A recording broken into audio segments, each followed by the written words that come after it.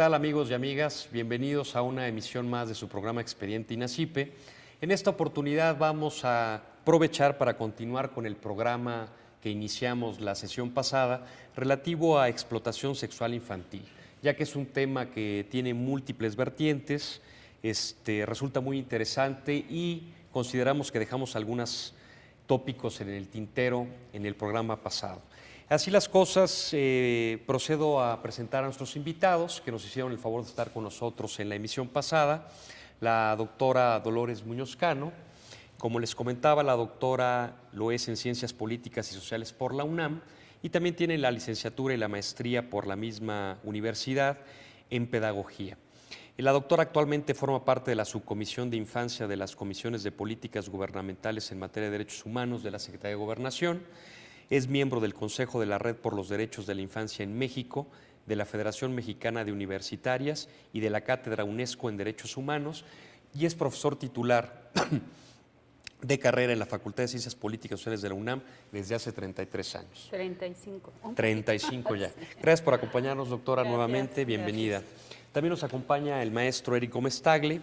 Eric Gómez Tagle, sociólogo y maestro en estudios políticos y sociales. Actualmente se desarrolla como coordinador de investigación y desarrollo de proyectos en asesoría de diseños normativos y es miembro de la Red de Investigadores Parlamentarios en Línea y miembro de la Red de Investigadores Latinoamericanos por la Democracia y la Paz. Es también profesor de tiempo completo en la carrera de Derecho de la Universidad Pontificia de México y catedrático de distintas universidades e institutos, entre ellos el Instituto Nacional de Ciencias Penales. Gracias por aceptar la invitación, Eric. Bienvenidos. Gracias. Para continuar con el tema, queremos hacer una breve recapitulación de lo que fue el anterior, pero también comentarles que tenemos aquí, o tengo en mis manos, un libro de Eric Gómez Tagle, La explotación sexual comercial de niñas, niños y adolescentes, que es de la colección Investigación del Instituto Nacional de Ciencias Penales, que dicho sea de paso fue el libro más vendido del 2006 en el INACYPE, Eric, y que está próximo a hacerse una segunda edición con las actualizaciones del caso, pero ya que estamos hablando de este tema, recomendarles que es una lectura que puede ser interesante porque precisamente tiene que ver con estos tópicos. También en un rato más tendremos por aquí a la directora de publicaciones del INACYPE, a Citlali Marroquín, que nos hablará de este y otros libros que está por sacar el INACYPE. Y también esto tiene su origen, Eric, en un estudio jurídico penal relativo precisamente a este tema de la explotación sexual comercial infantil, realizado por el INACYPE con el auspicio de la Organización Internacional del Trabajo, que de alguna manera sentó bases a reformas constitucionales o legales, ¿no? Básicamente en leyes secundarias, que se hizo en el 2004 este documento, ¿no, Eric? Así es, se publica en el 2004, se inició la investigación formalmente en el 2002, originalmente a partir de una solicitud de la Procuraduría General de la República, pero encontramos puntos de convergencia con la Organización Internacional del Trabajo, quien tenía el programa IPEC, precisamente para la erradicación de las peores formas de trabajo infantil, que alguna ocasión ya nos había comentado la doctora Muñoz Cano, vinculado con el convenio 182, y su participación que tenía en México con la Secretaría del Trabajo y Previsión Social. Bajo esta coyuntura de coincidencia entre varias instituciones, se hace la solicitud formalmente al INACYPE para que coadyuve en la elaboración de estudios jurídico-penales. Sale este primer trabajo en 2004 y me alegra mucho porque finalmente es las aportaciones que desde el ámbito académico, desde la ciencia, se hace a los legisladores y también muy atentamente el Congreso Federal toma nota de esto y lo que ahora se publicó recientemente en marzo del 2007, ya cambios al Código Penal Federal de procedimientos penales y la Ley Federal contra la Delincuencia Organizada tiene como sustento científico esta obra que ahora tienes en tus manos. Muy bien, Eric. Y comentarle a la gente que nos escucha, si particularmente les interesa el tema, este documento que se llama Estudio Jurídico Penal relativo a la explotación sexual comercial infantil ya no existen ejemplares en existencia, sin embargo se puede checar, se puede consultar en la biblioteca del INACYPE y tiene como subtítulo, uno que es atractivo, Bases para su unificación legislativa en México, y aquí rescato una parte importante de lo que decía Eric, en el sentido de que eventualmente el trabajo de investigadores, académicos, esté en México, puede llegar a repercutir, y creo que es lo ideal, en políticas públicas y eventualmente en proyectos legislativos, como aquí ha sido el caso, y también creo que la legislatura de Baja California adoptó ciertos criterios, ciertos proyectos trabajados por académicos como Eric para reflejarlo en su legislación local. Bueno, pues aquí están este par de obras que tienen que ver con el tema que hablamos, para todos aquellos que quieran tener un material de consulta adicional. Entrando al tema, recapitulando, si tuvimos el gusto de que nos acompañaran la sesión pasada, recuerdan que hablábamos del fenómeno de la explotación sexual comercial de niñas, niños y adolescentes, y decíamos que es un fenómeno amplio, doctora. Decíamos que incluye diferentes tipos de delitos, diferentes tipos penales, como es la pornografía, el lenocinio, tráfico y turismo sexual, y hablando de niñas, niños y adolescentes en agravio de menores de 18 años.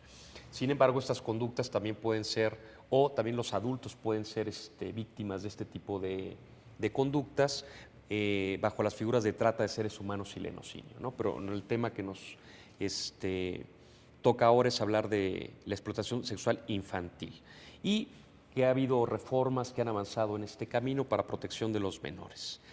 Y hablábamos sobre los abusadores sexuales, sobre las diferentes características y denominaciones que da las personas, doctora. ¿Podemos distinguir entre un abusador sexual o qué es un pedófilo, qué es un pederasta? ¿Hay distinción entre ellos? Bueno, técnicas. Fundamentalmente no hay ninguna diferencia. Un pedófilo, un pederasta, por sus raíces, ¿no? Se le considera que es aquel que abusa de los niños. Las raíces de paidos, que se refieren al niño, de ahí se generan diferentes términos. El pederasta, bueno, reúne ya una serie de conductas más amplias. El que abusa para otros fines con diferentes perfiles a estas actuaciones que están penadas por la ley, ¿no? Pero fundamentalmente es el abuso de los menores de edad. De los menores. Le hacía esta acotación a Dolores, Eric, porque hay voces que han señalado que se debe tipificar la pederastia, o sea, como un delito. Y hablábamos un poco la sesión pasada de que, bueno, este fenómeno implica una serie de conductas delictivas que se pueden dar una o varias al mismo tiempo. ¿Qué hay de la inconveniencia o la conveniencia de tipificar la pederastia como un tipo penal? Efectivamente, como lo comenta la doctora, en una primera instancia no habría diferencias sustanciales. Sin embargo, cuando ya entramos al análisis minucioso, podremos hacer tres distinciones. En el caso de la pedofilia es un término psiquiátrico que se encuadra en lo que son las parafilias en general, una descripción médica a partir de la cual se configura un trastorno de la personalidad en ciertos sujetos que tiene una orientación sexual específica y centrada en personas menores de 18 años. Pero muy probablemente esta persona clasificada como pedófilo no llegue a establecer el contacto. Por lo tanto, aún teniendo una atracción erótica malsana hacia esta población menor de 18 años, no necesariamente despliega la conducta. Exactamente, puede quedarse a nivel de fantasía, sin embargo, recurrentemente está pensando en esa situación. Cosa diferente del pederasta, donde sí se atreve a lo que llamaríamos la concreción material del acto, que puede ser desde tocamientos hasta la imposición de la cópula, incluyendo otra serie de variedades. Puede ser ver pornografía infantil, invasión de la intimidad personal, corrupción de menores. Es decir, todos los pederastas serán pedófilos, pero no viceversa, no todos los pedófilos son pederastas.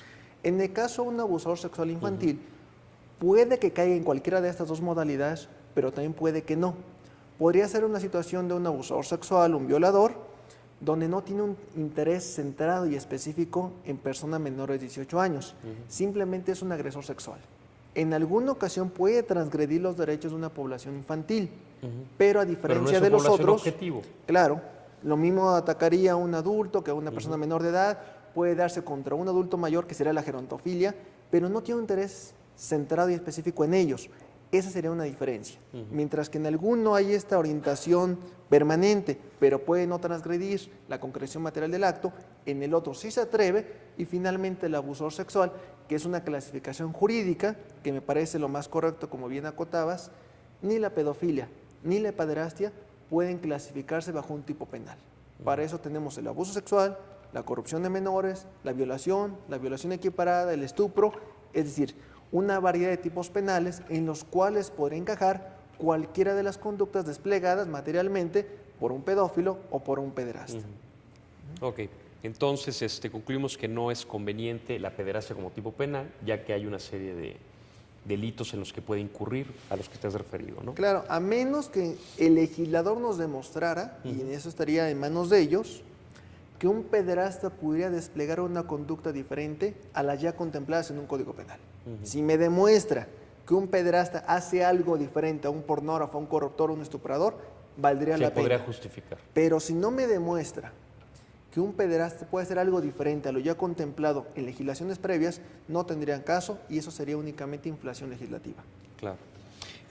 Dolores, ¿podemos identificar el perfil del agresor sexual? ¿Podríamos hacer un esbozo, un dibujo de un...? Hay algunos perfiles ya establecidos incluso por la Procuraduría General de Justicia, así como del Distrito Federal, perdón, así como se ha perfilado también al abusador o al violentador hacia las mujeres dentro del ámbito familiar.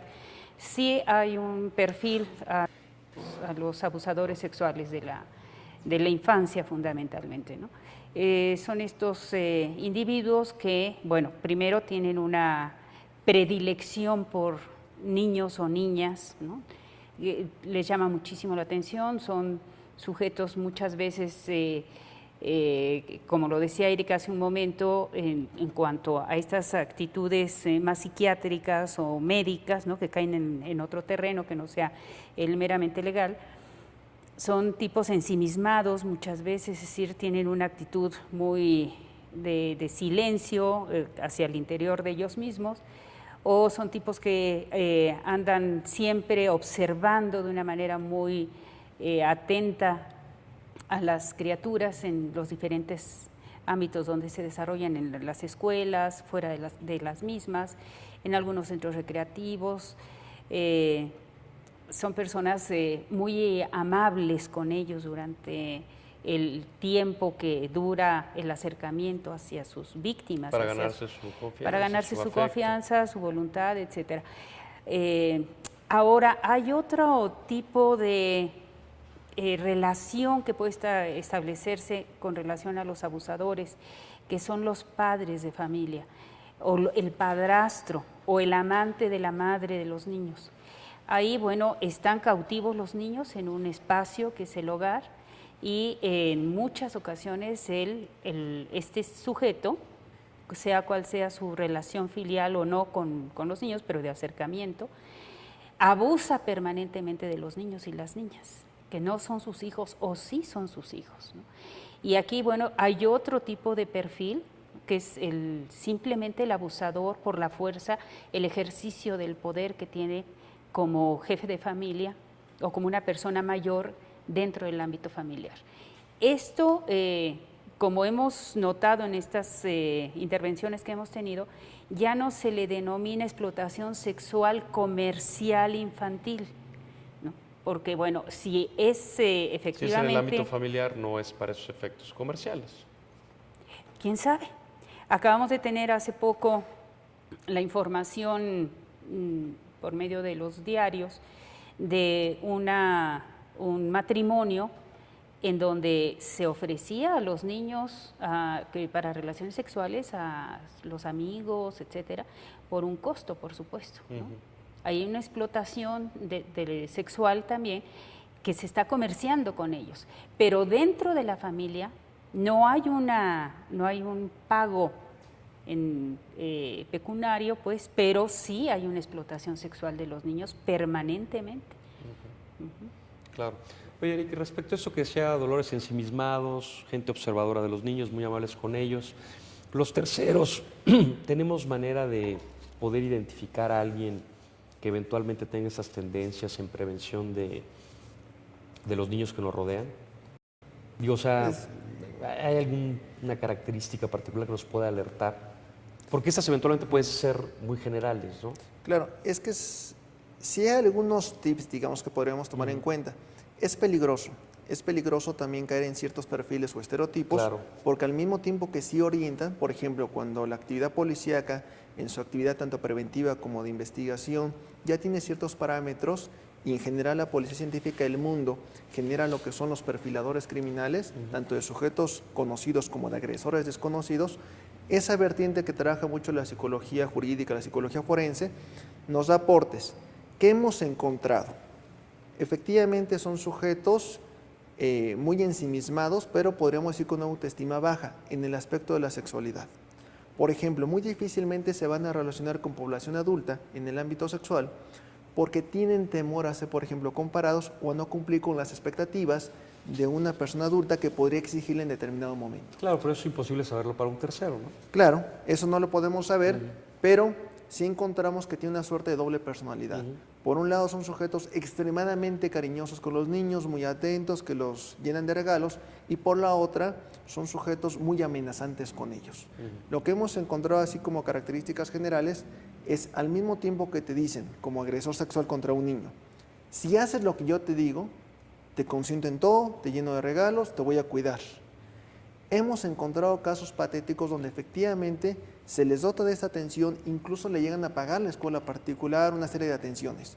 Por el otro lado dicen, pero si dices algo, ves el lado opuesto, amenazas de muerte, violencia, y muchas veces el menor de edad, aun cuando recibiera la amenaza directa, no aceptaría el tipo de abusos de los que son objeto. Lo más recurrente es que amenacen a la familia, particularmente a la mamá. Cuidan si a tú haces algo, cuidan a su familia. Sí, no te hago a ti, le hago a tu mamá. Y obviamente el menor, que además le venden la idea de que tú eres copartícipe porque has silenciado este tipo de abusos, porque tú provocaste, le van cambiando la mentalidad al menor de edad de modo que sienta pena. Lo cual creo que es importante informar al auditorio que en ningún caso, aun cuando el mismo menor de edad pudiera tolerar esta participación, este ejercicio abusivo sobre él, en ningún caso es eximente de responsabilidad para adulto, siempre cae bajo la figura de víctima, de explotación de la que está siendo objeto, y toda la responsabilidad penal va para el adulto. Este tipo de tips que vamos dando hay que tomar en cuenta. Sí hay algunas características generales, pero por el otro lado, cuidado. ¿Qué es lo que hemos encontrado recientemente, incluso en escándalos públicos? Ministros de culto religioso, algunos políticos, empresarios, porque también está asociado con un ejercicio de poder relevante. Aquellos que creen que están más allá de las normas, que pueden generar ámbitos de impunidad, son quienes diciendo, puedo tener todo, sin embargo, me interesa aquello que me está prohibido, como puede ser el sexo comercial o no comercial con personas menores de edad. Ok. El ejercicio del poder. La otra cara, Dolores, las consecuencias en la víctima de la agresión sexual, ¿cuáles son? Pues son devastadoras para la víctima, porque no nada más afecta su cuerpo, porque hay que ver también qué tipo de relación tienen con las criaturas. Claro, un poquito antes, Dolores. Así como decíamos, y eventualmente puede haber un perfil del abusador, ¿hay ciertas circunstancias que nos indiquen que un niño está siendo abusado? Sí, sí, por supuesto. Y ahorita vamos a las consecuencias, pero digo, de ya síntomas. O sea, ¿cómo puedo saber yo que un niño eventualmente está siendo abusado de diferentes formas, ¿no? Ya sea por golpes, violencia de diferentes tipos y por violación sexual.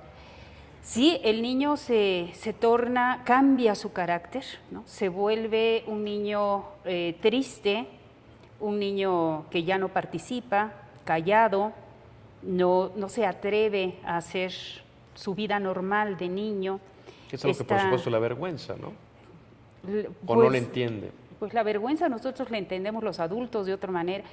Él no entiende qué es lo que está pasando, por qué le está sucediendo lo que le está pasando. Sobre todo porque el tipo de abuso sexual que se le da al niño va acompañado con las amenazas por lo general, ¿no?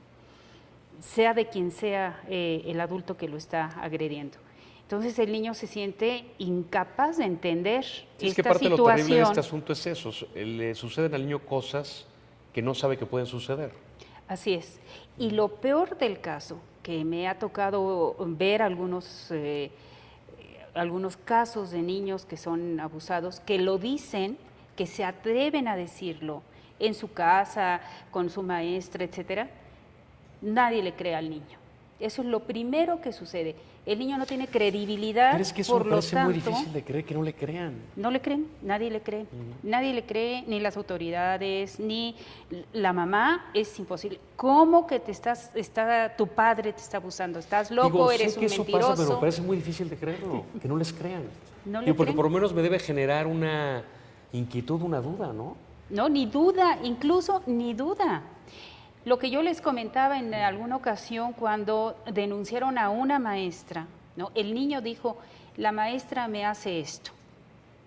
Fue la mamá a reclamar a una guardería y una compañera, estábamos trabajando en la Procuraduría de Justicia, me dijo, ¿tú crees esto? Le dije, mira, hay que partir del hecho de que sí es cierto y vamos a empezar a averiguar. Primero vamos a creerle al niño y vamos a empezar a averiguar apenas. No vamos a hacer la denuncia, ni vamos a empezar a averiguar y a observar a la criatura, a ver cuál es su comportamiento, ¿no? Hay varios talleres ahorita que se dan para poder saber si un niño está siendo abusado por sus propias actitudes. Hay pruebas psicológicas en donde se los ponen a dibujar, hay juegos en donde las criaturas realizan casi siempre los actos a los que son sometidos, ¿no? Y hay niños y niñas pues que están sujetas a este tipo de delitos y es increíble que ni siquiera, el último caso del que me enteré, ni siquiera el Ministerio Público cree la versión de la madre cuando va a denunciar el abuso de que está siendo objeto el hijo por parte de su padre o de su maestro, qué sé yo, ¿no? Hay una incredulidad por parte de los adultos. Incluso, si me permites complementar lo que nos comenta la doctora, hay dos situaciones que nos ha tocado ver recientemente. Hubo un caso donde efectivamente una mujer defensora de los derechos de la infancia presenta un caso porque su propia hija está siendo objeto de una agresión sexual. Una hija pequeña se lo comenta, presenta la versión ante las autoridades, obviamente con este conocimiento jurídico que está detrás, porque es especialista en la temática. Sin embargo, cuando llega ante el Ministerio Público, empieza a ver las contradicciones, es decir, a ver, ¿qué dijo la niña? ¿Qué dice la mamá? ¿A quién se lo denunció? No coincide la versión entre la niña, la mamá, la profesora, o empiezan a pedirle requisitos de credibilidad en cuanto a ver, ¿en dónde estaba? A ver, ¿cuál era la distancia de temporalidad? Obviamente, un niño, entre más pequeño sea, cae en contradicciones, o incluso en psicología hay un fenómeno muy curioso que se llama memorias falsas, que aparentemente recuerdan cosas que no sucedieron, pero no es que estén mintiendo, sino que durante el momento de una agresión sexual, su mente se disocia con la situación que está experimentando y recuerda otros momentos. Al momento en que da la versión oficial, hay contradicciones, pero no es que el niño ni mienta ni esté fantaseando. Lo que está viviendo es un fenómeno traumático que le obliga, le condiciona a empezar a tergiversar las cosas. Ahora, pero ese es un síntoma a tomar en cuenta. Porque digo, ahorita estamos hablando del supuesto de un niño abusado, que nos puede generar indignación a nosotros ya que nos está escuchando, pero también podemos pensar en la otra posibilidad, ¿no? De que a lo mejor efectivamente no haya sido abusado y que la persona que esté siendo señala sea inocente. Lo sea injustamente. Entonces hay que ser muy cuidadosos también con eso. Ahorita ¿no? que estás diciendo esto, ¿ustedes se acuerdan que había el programa Niñotel para hacer la denuncia? Se acabó este programa. Bromas? ¿Por bromas? No, se acabó por un hecho verdaderamente, y que lo confiese quien estaba a cargo o uno de los programas o de las programaciones que tenía este programa de Niñotel, es verdaderamente grave. Porque lo que está diciendo Eric en este sentido es cierto. Dicen que acabó el programa de Niñotel porque hubo una criatura que denunció por teléfono a su padre, que estaba siendo abusado, que lo había violado, o la había violado, no recuerdo si fue niño o niña, y entonces fueron y detuvieron al padre. Y resulta que no fue cierto, que no era cierto, ¿no? Y por eso acabaron con el programa, por una llamada que resultó no ser cierta. Y aquí habría que pensar en muchas otras cosas. ¿Qué es lo que dijo esa criatura? Si su papá lo había violado, porque ahora las criaturas no tienen el concepto de lo que es la violación. A lo mejor no era una violación sexual, pero sí un abuso de otra naturaleza, ¿no? No lo sabemos porque a lo mejor los anuncios que han salido a partir de toda la convención y de el trabajo que se ha hecho por las ONGs fundamentalmente y UNICEF en cuanto a los derechos de los niños han sacado programas de no pueden violar tus derechos, ¿no? De tener un Entonces, pudo haber nombre. ahí la A lo confusión. mejor el niño tuvo una confusión de que mi padre me está violando porque no lo deja ir con los O sea, amiguitos. está violando sus derechos. No lo sabemos, ¿no? Pero sin averiguar más, el niño, pues, me tocó en un curso que fui a dar a Sinaloa, que dicen, es que mi hijo me reclama ahora de acuerdo con sus derechos, y me dice, te voy a ir a acusar a la Comisión de Derechos Humanos que estás violando mis Que ya derechos. los maestros se quejan de eso, ¿eh? Claro. Ya hay ciertos inspectores de la SEP, por otro no sé cómo se denomina el cargo, donde ya han empezado a quejarse de que ya no les pueden llamar la atención a los niños. Digo que es otro tema, ¿no? Pero aquí también lo importante es dejar claro que eventualmente es muy importante verificar la veracidad del dicho del niño, que entiendo por lo que nos platican ustedes en términos de baterías psicológicas y charlas con el menor, digo, se puede identificar si efectivamente así sucedió, incluso con este tipo de circunstancias de memoria falsa que manifiestan, ¿no? Porque también es importante que no vaya a involucrarse a personas Son que... situaciones muy particulares que se pueden llegar a dar. Nuevamente, sabemos que existen, pero en términos generales, así como existe el principio de presunción de inocencia para el inculpado, deberíamos de partir el principio de credibilidad para quien se asume como víctima. Porque lo que es más común es la incredulidad que generamos en torno a esta persona, que si de por sí está teniendo el valor para denunciarlo, encima le cuestionamos y no le ponemos la debida atención. Sí, que por lo demás podría ser incluso una circunstancia de contradicción, ¿no? Digo, me parece muy correcto lo que dijo Dolores de, oye, en principio hay que creerle y hay que investigar. Claro. Pero digamos, eso pudiese parecer que es contradictorio al principio de presunción de inocencia, ¿no? Pero bueno, hay que darle cabida a lo de los niños, me parece fundamental creerles, investigar, y si tenemos la certeza de que hay baterías psicológicas, pruebas que eventualmente nos pueden decir con un grado de certidumbre muy alto de si el niño está siendo abusado o no, creo que hay que apoyarlos con todo. Ahora, eso es para y con niños... este tema regresamos en 2 minutos para hacer un corte y volvemos, no se vayan.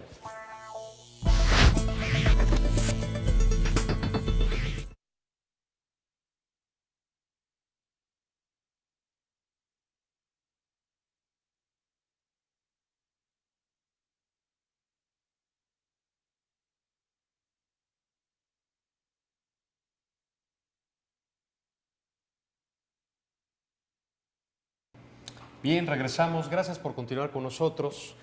Está aquí Citlali Marroquín, directora de publicaciones del INACIPE, para platicarnos de las novedades editoriales del instituto. ¿Qué novedades tenemos, Citlali? Pues mira, vienen 2 libros de la colección de investigación. Uno es del doctor Ricardo Gluyas, el título es Inteligencia Financiera. Básicamente se aboca a las cuestiones del lavado de dinero, hay comparativos con estándares internacionales, ¿no?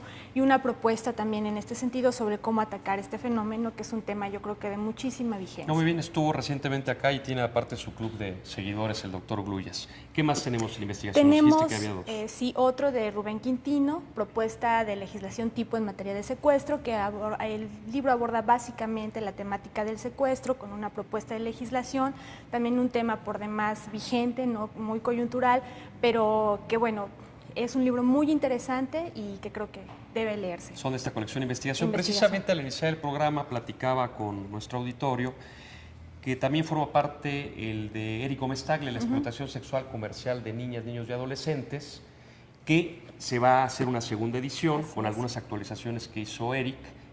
¿Para cuándo lo tenemos? Para la última semana de julio, la primera semana de agosto. Ya está básicamente el libro concluido y el trabajo de proceso editorial también. Muy bien, pues mientras toman lápiz y papel para darles el teléfono para quien esté interesado en el libro de Eric, mientras tanto coméntanos ¿Qué otro proyecto tiene? Bueno, hay un proyecto muy importante del instituto que es un folleto que es básicamente de divulgación para que la población, las personas puedan acceder a qué es esto de la reforma, ¿no?, penal, que tanto está en boca, que está en discusión. Un folleto para público en general. Para público en general. Además es un folleto muy bonito, trabajado en un papel muy bonito, con caricaturas de Iracheta y que describe de manera muy sucinta, muy accesible, en 10 puntos, qué es esto de la reforma penal, ¿no? Muy bien, pues mándanos uno cuando lo tengas por acá, Claro para que sí. difundirlo y para poderlo comentar. Y por último, Citlali, nos han preguntado sobre Itercriminis, si hay suscripciones, cómo lo adquieren, dónde está. Mira, al Platícanos. final de la revista viene una ficha en la que llenan sus datos, se pueden ver a la dirección que indica ahí, aunque también tenemos una suscripción por línea. Claro, es la hojita de suscripción. Exactamente, en la página del instituto, que es www.inacipe.gov.mx. El costo de la suscripción es de 380 pesos, es decir, se hace un descuento del 30% sobre el precio de cada ejemplar. Son 6 ejemplares al año, ¿verdad? Porque es bimensual. Así es. Pues muy bien, ahí tienen la información. Y para nuestros amigos que nos llamen y estén interesados en el tema, al 5573-8795, 5573-8795, les haremos llegar finales de julio, principios de agosto, la segunda edición del libro de Eric y el último ejemplar de Itercriminis. Así es. Citlali, muchas gracias por venir A con ti, nosotros, Rafael. gracias por las novedades y ahí las veremos pronto. Claro en la que librería. sí, gracias. Gracias, con permiso. Muy bien, vamos a continuar nuestra conversación con Eric Gómez Tagle y la doctora Muñoz Cano. Hablábamos antes del corte de la circunstancia de cómo eventualmente ubicar los síntomas de un niño que podría ser sujeto de abuso sexual. Ahora, ¿cuáles son las consecuencias en una criatura, en un niño o niña, doctora, de un abuso sexual? Bueno, decía hace un momento que son devastadoras para los niños, porque no nada más es una afectación a su cuerpo, que muchas veces la explotación los aniquila prácticamente, y dependiendo del grado de violación de la que es sujeta la criatura, y desde muy tempranas edades hasta un poquito más grandecitos. He conocido de casos donde prácticamente están destruidas las criaturas físicamente, ¿no?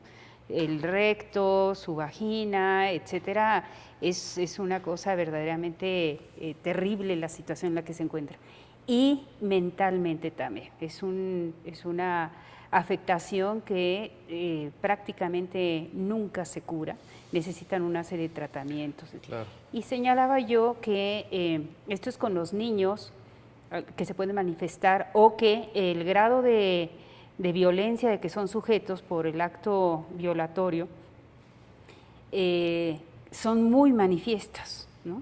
Sí, aparte estamos ahorita hablando de muy niños que aparatosos. eventualmente están rodeados de adultos que los protegen, que los quieren y que eventualmente detectan síntomas y Así los es. atienden, ¿no? Y hay criaturas, por ejemplo, que son también abusadas sexualmente, explotadas sexualmente, que no pueden manifestar estos actos de que son objeto Los permanentemente. discapacitados. Estoy hablando de la gente, de los niños que tienen alguna discapacidad, sobre todo mental, que no pueden resistirse a este acto, no pueden comunicar qué es lo que les está pasando. Incluso a ellos. los síntomas es mucho más difícil de detectarlos, me imagino, ¿no? Si estamos hablando de que hay una falta de credibilidad del niño, a estos niños que son mucho más vulnerables, menos se les cree, Menos no se puede se les creer pone atención. por a sus los circunstancias. Y también hablaba Eric en el corte de los niños en circunstancia de calle, ¿no? Situación de calle, que también son sujetos de una gran cantidad de abuso de tipo sexual, ¿no?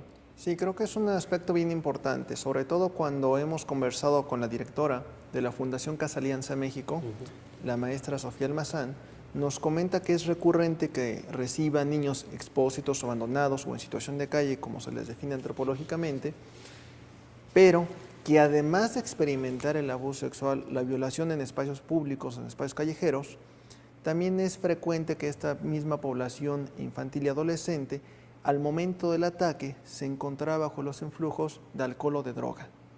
Eso lo que va a implicar es que para la comisión del ilícito se le facilita al agresor, obviamente, porque ofrece menor resistencia, pero también se dificulta a las autoridades darle el debido seguimiento. Por su testimonio. Claro, falta la credibilidad del testimonio porque empieza a haber una serie de lagunas al momento de la declaración de los actos, precisamente por los problemas psicoemocionales, cognitivos que implica el haber estado bajo este influjo. En conclusión, yo creo que estos dos sectores son particularmente vulnerables. Las personas que tienen alguna discapacidad intelectual, yo creería que sobre todo las personas con síndrome de Down, y por el otro, quienes se encuentran en situación de calle por su grado alto de dependencia a sustancias psicotrópicas, estupefacientes, que también les impiden declarar con la debida claridad que se requiere en un proceso penal y que por lo tanto se desvirtúa, y si lo unamos con una falta de credibilidad al testimonio, hay una enorme desprotección en general en torno a las víctimas. Punto en el que la victimología ha puesto mucho énfasis, porque obviamente hay una victimización primaria, un primer contacto, una primera agresión, pero después, cuando se enfrentan a la institución o se enfrentan a la sociedad, hay sobrevictimización secundaria, terciaria, lo que ello implique, y además la serie de secuelas. Algunas físicas, puede haber en el momento desgarros, puede haber sangrados, puede haber contagio de enfermedad de transmisión sexual, embarazos prematuros de alto riesgo, el aborto, es decir, todo esto que va asociado, pero también en el ámbito físico a mediano plazo o psicológico es grave. Por ejemplo, se puede presentar incluso en la edad adulta dispaurenia, vaginismo no orgánico, eyaculación precoz, falta de contacto con la población, animadversión a cualquier tipo de contacto, silencios prolongados, llanto sin aparente motivo. Es decir, hay una serie de comportamientos anómalos que en una niña, un niño, un adolescente, incluso población adulta, pareciera que es inexplicable el por qué los presenta. Muy probablemente, y eso ya lo dirá una evaluación médica y psicológica, es que ha sido objeto de alguna agresión sexual. En ese sentido, hay expresiones no verbales que también hay que estar atentos para tener este tipo de casos. Claro. Señores, señoras, cuidemos a nuestros hijos, cuidemos a nuestros niños. Me parece difícil de creer, el no creer a los niños, sobre todo porque yo oía la circunstancia o lo que decían las abuelitas de que los niños normalmente dicen la verdad. Yo particularmente creo que los niños normalmente dicen la verdad, sobre todo tratándose de un asunto de esta naturaleza. Digo, puedo creer que puedan negar que a lo mejor ellos no tiraron el dulce o tiraron la basura, pero creo que en otro tipo de cosas los niños normalmente dicen la verdad. Entonces yo creo que debemos estar muy atentos a esto, cuidémoslos, porque aunque el daño físico es algo terrible, pero finalmente se puede superar, aunque también nos dice Eric que puede haber secuelas, pero creo que el psicológico es algo que va a permanecer y va a influir y determinar la vida de cada una de las personas, ¿no? Entonces digo, hay que estar muy atentos a eso. Y también quería comentarles, porque precisamente ahora que hemos estado grabando este par de programas, entiendo que hubo ya alguna aprobación, Eric, y te lo pregunto a ti porque tú habías estado muy cerca en la Asamblea Legislativa, reformas en esta materia en la Asamblea Legislativa. No sé si ya se aprobó la ley, se votó la ley, sigue en estudio. ¿Qué hay ahorita en la Asamblea Legislativa en esta materia? Justamente después de que hicimos la primera sesión del programa, hubo todo un seguimiento por parte de la Asamblea Legislativa del Distrito Federal y ya hubo una serie de aprobaciones por parte del Pleno con respecto a esta temática. Hay que aplaudir en el sentido de que el Congreso local que tenemos en la capital del país se ha interesado en la temática. Hubo principalmente 3 iniciativas de un mismo grupo parlamentario, de las cuales una que iba en torno a la pederastia no prosperó, me parece que afortunadamente, otra que iba más dirigida a lo que es turismo para agravio sexual de niños. No prosperó en torno a tipificar la pederastia como delito. Exactamente. Sino porque ya lo que hablábamos, ¿no? Hay una serie de delitos que comete un pederasta. Claro, no se argumentó lo debido con respecto a esa posibilidad de incorporarlo. Otra que iba sobre turismo para agravio sexual de población infantil y adolescente, incluyendo aquellos que no tienen la capacidad para comprender el significado del hecho, y una tercera que retomaba básicamente lo que se aprobó en el ámbito federal y buscaba incorporarlo en la legislación local. Creo que en términos generales deberíamos de apoyar lo iniciado por la Asamblea Legislativa. Sin embargo, ya en cuestiones muy puntuales hay que señalar que también hubo insuficiencias. Te señalo, me parece lo más grave. Mantienen como sujeto pasivo del delito, es decir, como víctima, la denominación de incapaces, cuando es un concepto peyorativo que ya se erradicó en la legislación federal, que en varios estados del país ya también lo sacaron, y en el Distrito Federal, ante la gran oportunidad de mejorar la legislación, lo mantienen. Eso creo que no hay ninguna justificación. ¿Se les debe denominar cómo? Personas que no tienen la capacidad para comprender el significado del hecho. Okay. Estamos Porque hablando además, de los menores de 18 años, ¿no? Claro, porque además estamos hablando de gente que de alguna manera tiene esta dificultad para comprender algo, pero no es en todos los ámbitos de su vida, sino en esa comisión de ese ilícito, en ese momento, no lo pudo comprender. Por ende, no lo pudo resistir, pero no es que sea incapaz en todas las modalidades de su vida, porque los estamos etiquetando de manera muy Sí, negativa. incapaz en términos de capacidad de ejercicio, ¿no? En términos de legislación civil, pero digo, ya está superado El término incapaz también se maneja en el Código Civil como aquel sujeto, fundamentalmente los menores de edad, que no tienen la capacidad jurídica para, Es decir, ¿no? la Que capacidad de están ejercicio. tutelados. Entonces, el Código Civil también debe adecuarse en este sentido, porque no hay una conceptualización clara del término incapaz y siempre resulta ser peyorativo. El niño es incapaz por ser menor de edad, por no tener una capacidad jurídica, es a lo que se refiere la ley, ¿no? Pero se entiende de otra manera. Sí, Entonces, básicamente aquí hablamos de una capacidad de ejercicio, porque incluso el Código Civil no habla de una incapacidad, sino habla de la capacidad, y a contrario censu, habla de encontramos quiénes dos son los tipos incapaces. de capacidad del Código Civil. La de goce y la de ejercicio. Entonces hay que revisar muy bien esos conceptos. Yo quisiera, si tú me lo permites, Por supuesto, regresar Dolores. un momentito en lo que estábamos señalando. Me da mucho gusto también que finalmente se estén haciendo leyes al respecto para la protección de los niños. Hay una gran cantidad de temas que tendrían que no legislarse porque ya hay mucha legislación, ¿no? Habría que revisarla, ver cuáles son sus lagunas, sus fallos e insistir con los legisladores que se retome y se vaya afinando, se vaya haciendo lo más transparente y lo más operativo que se pueda. Pero en relación con esta falta de credibilidad, que yo insisto en esta situación, no es nada más por parte de los padres, es también por parte de las autoridades. Y ahí está lo grave. ¿De qué sirve que tengamos leyes muy claras y muy perfectas si quien tiene que ejecutarlas, que en este caso el primer sujeto de la ley es el Ministerio Público? Y es el primero que no le cree a la declaración de un adulto que va acompañando a una criatura para denunciar un hecho como el que estamos tratando.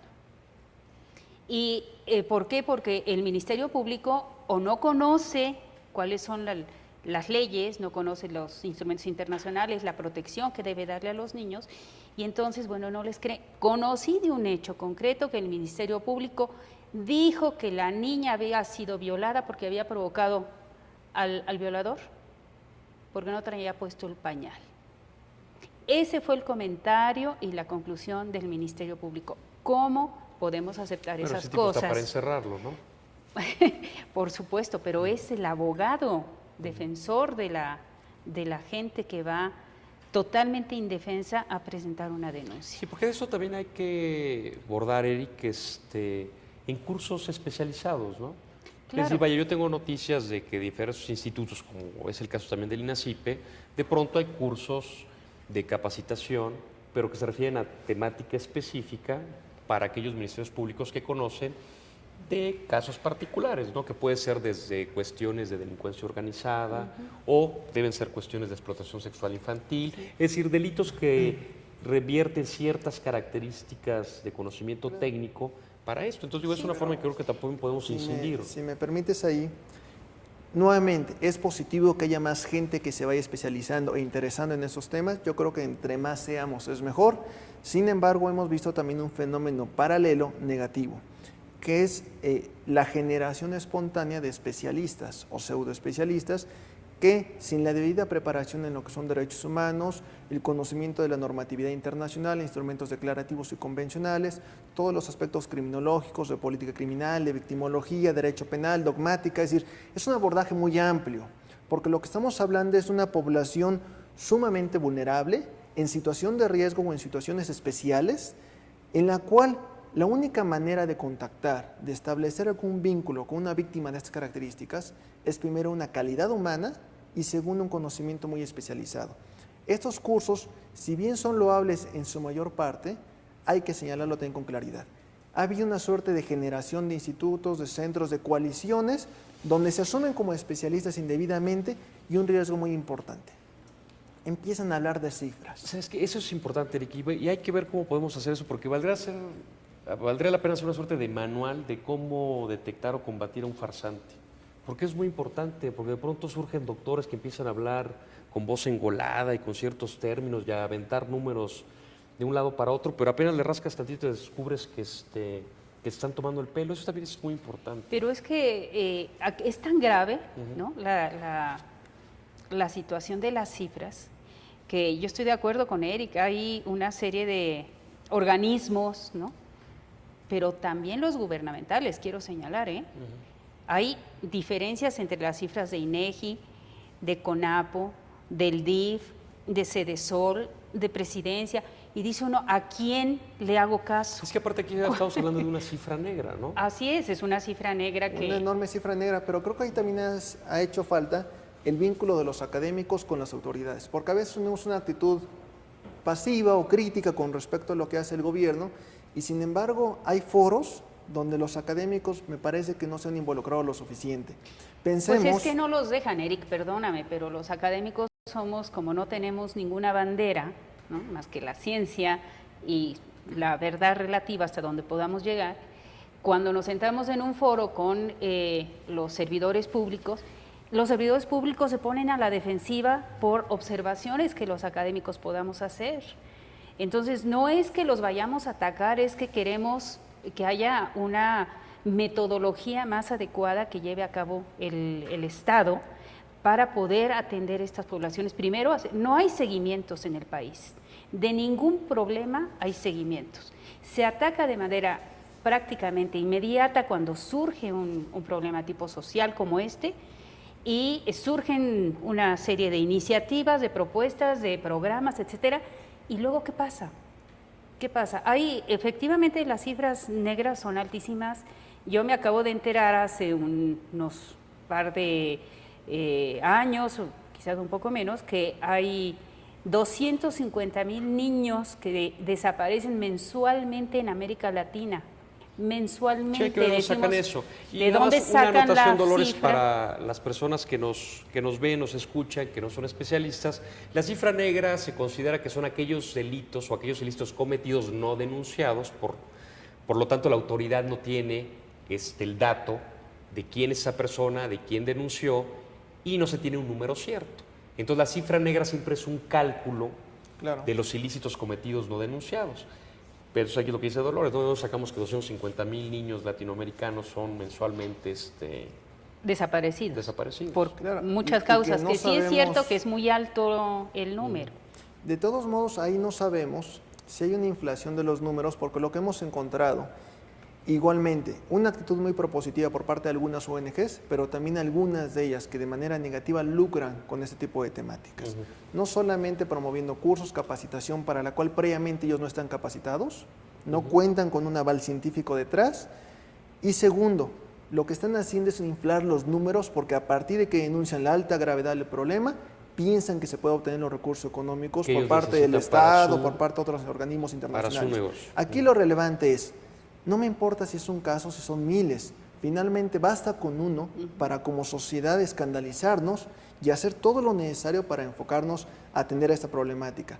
Esto que le señalaba la doctora, de que hay una falta de vínculo con las universidades, creo que coincidirás que hace falta una apertura de ambos sectores, ambas partes, y creo que en ese sentido hace poco tuvimos la oportunidad de participar en un foro sobre explotación sexual y trata de seres humanos, que invitaron de manera conjunta el Instituto Nacional de Ciencias Penales y la Universidad Nacional Autónoma de México.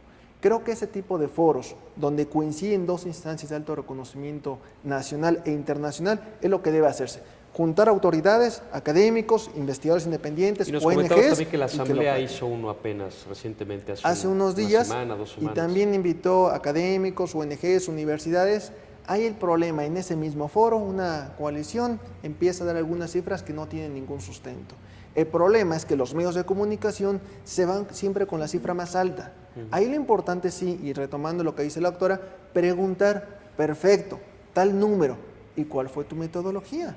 Puedo no coincidir en la cifra final, pero si hay coincidencia en cuanto a la veracidad, la calidad de la metodología, es inobjetable. El problema es que no hay metodología, hay invención de cifras. Sí, hay que tener mucho cuidado con los mercenarios de la academia. Digo, hay que escuchar a gente seria como Dolores, como Eric. Pero creo que lo importante aquí, más allá de la cifra negra, lo que dice Eric, basta con que haya un caso, sobre todo de explotación sexual infantil, para que tenga nuestra máxima atención. Y yo quería preguntarles algo que tiene con relación a esto, porque Debo decir que a mí sí me escandalizó un poco oír esto, y me considero en términos generales, o me considero un hombre liberal, sobre asociaciones y organizaciones políticas, Dolores, que pretenden o llevan como una de sus banderas la aceptación de las relaciones sexuales niños-adultos. Eso lo propuso un partido político en Holanda. En Holanda, sí. En las recientes, para las recientes elecciones que acaban de pasar. Su bandera fue fundamentalmente esa, tener que se aceptara de manera lícita las relaciones entre adultos y niños, ¿no? Y bueno, afortunadamente fracasó. Todavía en Holanda hay un poco de conciencia social Sí, y aquí de lo respeto. quieren poner, por lo que veo en la nota, a partir de los 12 años, ¿no? Y el lema de este partido es caridad, libertad y diversidad. Pero, ¿cuál es la tendencia en el mundo respecto a esto, Eric? Esto puede ser un caso aislado, a lo mejor de un tipo que quería un registro para un partido, de quería posicionarse, pero en términos de que el fenómeno surja en el sentido de bajar edad para que adultos, niños puedan tener relaciones en el marco de la ley lícitas, ¿tú qué sabes? ¿Qué opinas? Yo creo que en términos generales, aunque hay una animadversión a este tipo de prácticas, un cierto consenso internacional en contra de esto, particularmente Pero a mí a lo que partir me de la preocupa firma. es que siempre se inicia por el principio, ¿no? Que Claro. eventualmente es arrojar el tema, que produce una gran avalancha de ideas en contra, pero ya se puso el tema en la discusión, ¿no? Y creo, Y así se empieza. lo que te iba a comentar es, se firma la Convención de los Derechos de la Niñez, un gran consenso internacional, vamos a protegerlos, a toda la población menor de 18 años, y efectivamente, ciertos grupos. Este caso que se presentó en Holanda, que al final no supe si obtuvo o no el registro, si participó o no en las elecciones, pero sí abanderaba eso, era la legalización del consumo de drogas, la desaparición de edades límite para las relaciones sexuales entre adultos y niños, y las relaciones humano-animal. Es decir, eran tres situaciones sumamente complicadas que me parece grave que en el mundo se planteen públicamente como una bandera política, pero debo decirte, esto es reciente, tendrá 1 año, 2 años que se generó este ambiente. Sin embargo, en ciertos países, como en Estados Unidos, hay organizaciones que por lo menos tienen 30 años, que se asumen públicamente, y así está en su página web, como organizaciones de pedófilos, en las cuales su principal meta es la desaparición de las edades límite.